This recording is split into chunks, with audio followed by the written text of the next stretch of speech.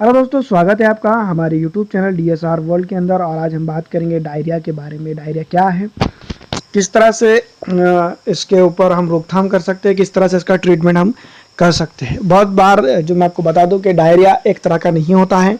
Diarrhoea बहुत किस्म के हो सकते हैं या फिर एक्साइटिंग कॉज़ों की वजह से भी बहुत बार देखा गया कि डायरिया होता है। डायरिया का मतलब ये होता है कि बार बार स्टूल आना या फिर 10 से 12 बार एक ही टाइम में, एक ही दिन में स्टूल यानी कि संडास हो जाना। मोस्टली डायरिया बरसात के दिनों में देखने में आता है। तो हमारे जो हाथ पैर का जो कांटेक्ट होता है वो गलत जगह हो जाने की वजह से और हमें वैसे ही कंटामिनेटेड फूड अगर हम खा लेते हैं तो उसकी वजह से ये डायरिया होता है। तो हमें ज़रूरी ये होगा कि हमें ये ज़रूरी है कि हाथ अच्छी तरह से धो लें और उसके बाद अगर हम ये चीज़ें इस्तेमाल कर रहे हैं, खा रहे हैं, पी रहे हैं तो ये चीज़ें नहीं होंगी।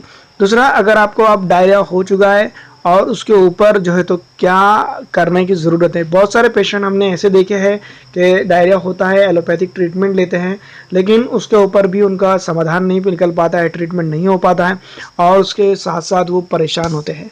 1-2 दिन के अंदर एक्साइटिंग अगर डायरिया है, एक्साइटिंग कॉज की वजह से हो रहा है तो 1-2 दिन के अंदर ऑटोमेटिक डायरिया ट्रीट हो जाता है। लेकिन अगर कभी एक्साइटिंग कंडीशन की वजह से डायरिया नहीं है, कोई बैक्टीरियल कंडीशन है, कोई डिजीज कंडीशन की वजह से डायरिया हो रहा है, तो वो 1 या 2 दिन के अंदर ठीक नहीं होता है। आपको ज़रूरी होता है कि उसके ऊपर ट्रीटमेंट लेना ज़रूरी है। एक्साइटिंग डायरिया बगैर ट्रीटमेंट के भी ठीक हो जाते हैं, लेकिन बहुत सारे ऐसे डायरिया होते हैं जो है तो उसके ऊपर मेडिसिनल ट्रीटमेंट लेने की ज़रूरत पेश आती है। तो आप मेडिसिनल ट्रीटमेंट इसके ऊपर ले लें, तभी आपको इसके लिए फ़ायदा होगा। डायरिया के अंदर बहुत सारे पेशेंट के अंदर अगर हमने देखा है तो उनको वोमिटिंग भी होती है, स्टूल तो पास होते ही होते हैं, वोमिटिंग भी होती है। तो और बहुत ज़्यादा जो साइन उनके ऊपर डेवलप होती है वो होती है डिहाइड्रेशन की। तो ये चीज़ें सबसे पहले हमें कवर करनी होगी कि उसके अंदर जो हाइपोवोलेमिक शॉक के अंदर पेशेंट जा सकता है। डिहाइड्रेशन की वजह से शॉक के अंदर जो पेशेंट जा रहा है तो उसको पहले उसको वापस लाने के लिए जो ORS का घोल हमें बनाकर उसको पेशेंट को पिलाते रहना होगा। या फिर अगर ORS का घोल नहीं मिल सकता है तो शक्कर ले ले 2 चम्मच और नमक 2 चम्मच ले ले और 2 गिलास पानी हिलाकर उसको पिलाते रहे। धीरे धीरे धीरे धीरे पानी उबालकर ठंडा करके 2 चम्मच डालें जब उसका घोल बनाए और तब उसको पिलाते रहे। अगर वोमिटिंग हो रही है तो ज़्यादा चलने फिरने ना दे, बैठा हुआ ही उसको ज़्यादातर रहने दे। फिर दूसरा ये होगा कि आप उसका इन्वायरमेंटल हाइजीन मेंटेन करने की कोशिश करें, हाथ पैर धोने की बात कराएं उससे, और उसके बाद जो है तो धीरे धीरे उसको हम रिकवरी में लेकर आ सकते हैं। अब यहाँ पर जो है तो होम्योपैथिक मेडिसिन, जब ऐसी कंडीशन है डायरिया के अंदर के संडास भी हो रहे हैं, वोमिटिंग भी हो रही है, तो उसे मैं ऐसे हालात के अंदर कौन सी मेडिसिन होम्योपैथिक की हम देंगे। तो दोस्तों, अगर सीवियर कंडीशन है तो यहाँ पर मैं आपको बता दूं कि कोई होम्योपैथिक मेडिसिन सजेस्ट ना करें। आपको पेशेंट को हॉस्पिटलाइज करना होगा। हॉस्पिटलाइज करने के बाद वहाँ पर उसको इंट्रावेनस थेरेपी की ज़रूरत है, यानी कि सलाइन की उसको सख्त ज़रूरत है, जो होम्योपैथी के अंदर नहीं बल्कि एलोपैथी के अंदर आपको मिलेगी। फिर उसके बाद कुछ टाइम के बाद अगर वो मेंटेन हो जाता है, उसके बाद यहाँ पर होम्योपैथी का हम उस सहायता ले सकते हैं ट्रीटमेंट के लिए। यहाँ पर लाइकोपोडियम उसके लिए बहुत बढ़िया मेडिसिन है, या फिर हम उसके ऊपर नैक्सवामिका अप्लाई कर सकते हैं। 30 पोटेंसी के अंदर दोनों ही मेडिसिन हम ले सकते हैं। अब जब बहुत सारे जो डायरिया के हम अगर अननोन ओरिजिन ऑफ डायरिया है, मतलब कि हमें उसका कॉज नहीं मालूम है और डायरिया सामने वाले पेशेंट को हो चुका है, तो उसके ऊपर आप रिस्क बिल्कुल ना लें। आप उसको एलोपैथिकली ट्रीट होने दें और जब तक कि वो जैसे ही थोड़ी थोड़ी रिकवरी में आ जाता है उसके बाद हम होम्योपैथिक मेडिसिन उसके ऊपर इस्तेमाल कर सकते हैं।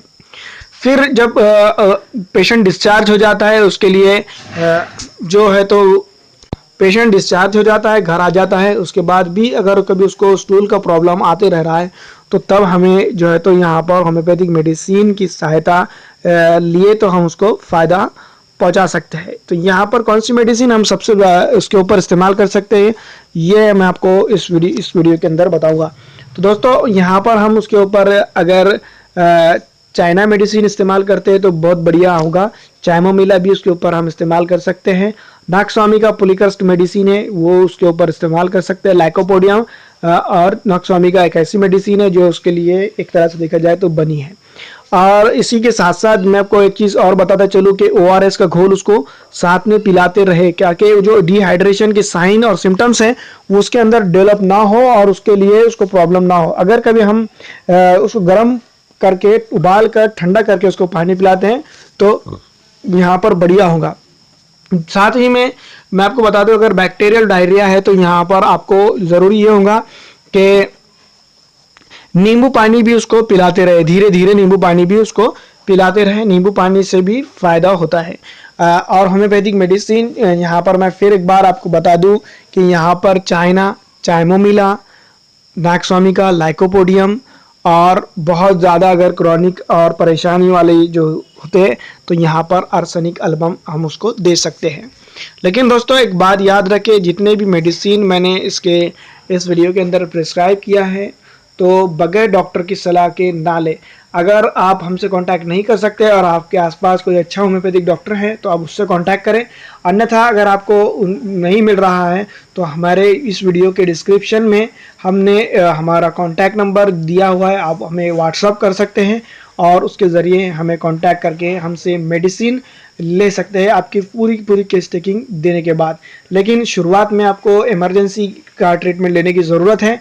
क्यों? क्योंकि डायरिया के वजह से आप शॉक में भी जा सकते हैं और उसके लिए आपको एलोपैथिक मेडिसिन वहाँ पर लेनी होंगी। उसके बाद आप अगर होम्योपैथिक मेडिसिन लेते हैं पोस्ट रिकवरी के तौर पर देखें तो ये आपके लिए बढ़िया होगा। और होम्योपैथिक मेडिसिन आपको परमानेंट रिकवर इसके अंदर करा कर देंगी। आपको ज़रूरी ये होगा कि उसके ऊपर कॉन्फिडेंशियली भरोसा रखते हुए उसको ट्रीटमेंट ले। अब मैं आपको बता दूं कि दोस्तों जो एक्साइटिंग काउज़ा वाले जो डायरिया होते हैं वो बगैर मेडिसिन के भी ठीक हो जाते हैं। लेकिन आपको ज़रूरी ये होगा कि आपको थोड़ा सा इसमें खान पान का जो है तो चेंजेस करने होंगे। और ऐसे बहुत सारे ऐसी चीज़ें देखे हैं हमने प्रेगनेंसी के अंदर मॉर्निंग सिकनेस की वजह से जो तो वोमिटिंग होती है, डायरिया होता है। तो इस बात का ख्याल रखें, प्रेगनेंसी और के अंदर जो मॉर्निंग सिकनेस की वजह से डायरिया और वोमिटिंग हो रही है उसमें मेडिसिन कोई भी इस्तेमाल ना करें, बल्कि जो भी पेशेंट है उसके लिए आपको ओरल थेरेपी यानी कि ओरल रिहाइड्रेशन सॉल्यूशन उनको देना होगा, जो आपका ORS भी हो सकता है या फिर नमक और शक्कर का घोल बनाकर दिया हुआ भी हो सकता है। तो दोस्तों फिलहाल इस वीडियो में इतना ही। अगर अच्छी लगती है तो इसको लाइक और शेयर जरूर कर दीजिए। वीडियो देखने के लिए आपका शुक्रिया। आपका दिन अच्छा रहे।